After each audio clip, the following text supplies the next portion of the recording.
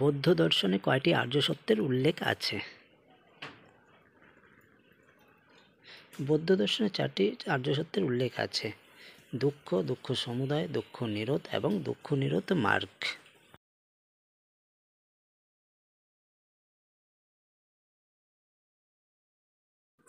ভবচক্র বা দ্বাদশ নিদান কোন আর্য সত্যে উল্লেখ আছে? বুদ্ধদেব দুঃখের কারণ রূপে ভবচক্র বা দ্বাদশ নিদানের উল্লেখ করেছেন দ্বিতীয় আর্য সত্যে।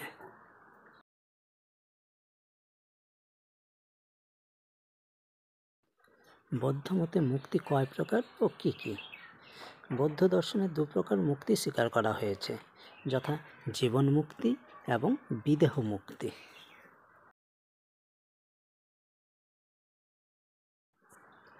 বুদ্ধদেব নির্দেশিত অষ্টাঙ্গিক মার্গগুলি কি কি? বুদ্ধদেব নির্দেশিত অষ্টাঙ্গিক মার্গগুলি হল সম্যক দৃষ্টি, সম্যক সংকল্প, সম্যক বাক, সম্যক কর্মান্ত, সম্যক আজীব, সম্যক ব্যায়াম, সম্যক স্মৃতি ও সম্যক সমাধি।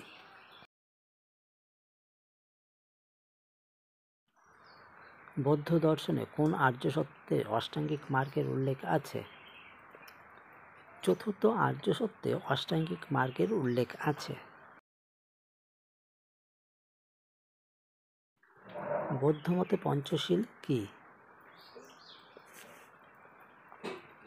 বৌদ্ধ দর্শনে সম্যক সংকল্প, সম্যক বাক, সম্যক কর্মান্ত, সম্যক আজীব ও সম্যক স্মৃতি এই 5টিকে একত্রে পঞ্চশীল বলা হয়।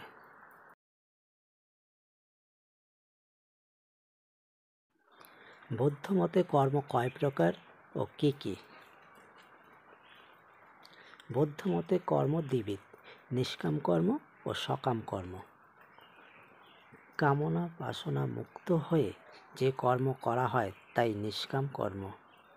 সকাম কর্ম 4 প্রকার, যথা অনারব্ধ কর্ম, পারব্ধ কর্ম, সঞ্চিত কর্ম ও সঞ্চীয়মান কর্ম।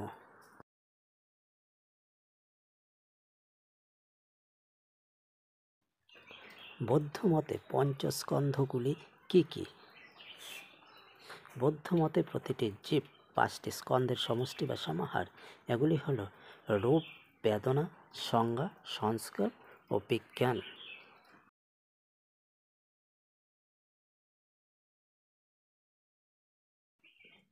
বৌদ্ধ মতে আত্মা কি? বৌদ্ধ নৈরাত্যবাদ অনুসারে প্রবাহমান ক্ষণিক বিজ্ঞান ধারাকেই আত্মা বলে।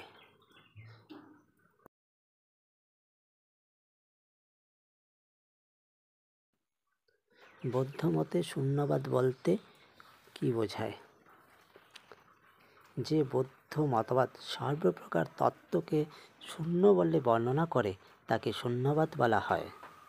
নাগার্জুনের মূল মাধ্যমিক কারিকা এই সম্প্রদায়ের উৎস গ্রন্থ।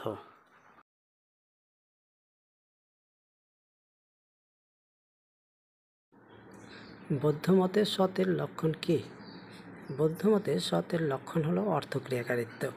অর্থক্রিয়াকারিত্ব সম্পূর্ণ বস্তু ক্ষণিক, কোনো স্থায়ী বস্তুর অর্থক্রিয়াকারিত্ব নেই।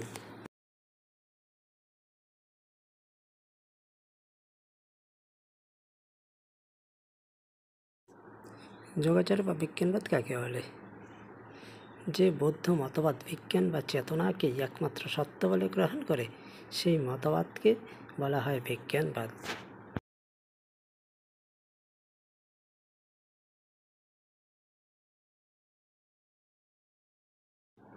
বিজ্ঞানবাদের সমর্থক কয়েকজন দার্শনিকের নাম বলুন।